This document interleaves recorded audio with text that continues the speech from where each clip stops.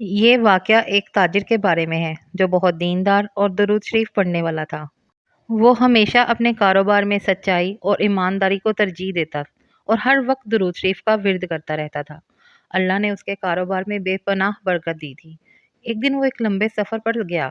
راستے میں اسے ڈاکوؤں نے گھیر لیا اور اس کا سارا مال و دولت لوٹ لیا۔ ڈاکوؤں نے اسے مارنے کا بھی ارادہ کیا، لیکن وہ بدستور دل میں درود شریف پڑھتا رہا۔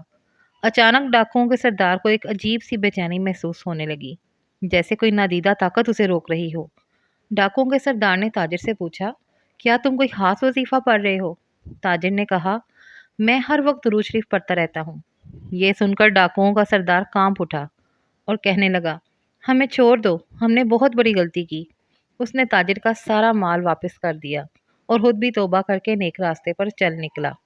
یہ واقعہ اس بات کی گواہی دیتا ہے کہ درود شریف کی برکت سے اللہ تعالیٰ مشکلات کو آسان کر دیتا ہے اور اس کے صدقے دشمن بھی دوست بن جاتے ہیں۔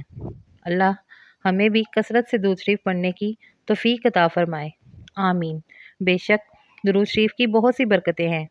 واحد درود شریف ایسی عبادت ہے جسے آپ صلی اللہ علیہ وسلم خود ہمارا قبول و منظور فرماتے ہیں، اور اس کے بدلے اللہ تعالیٰ ہمیں نیکیاں عطا کرتا ہے، گناہ گاروں کی بخشش ہوتی ہے، بہت سے مسائل حل ہوتے ہیں۔ اللہ پاک آپ کو، مجھے، ہم سب مسلمانوں کو درود پاک کثرت سے پڑھنے کی توفیق عطا فرمائے، آمین۔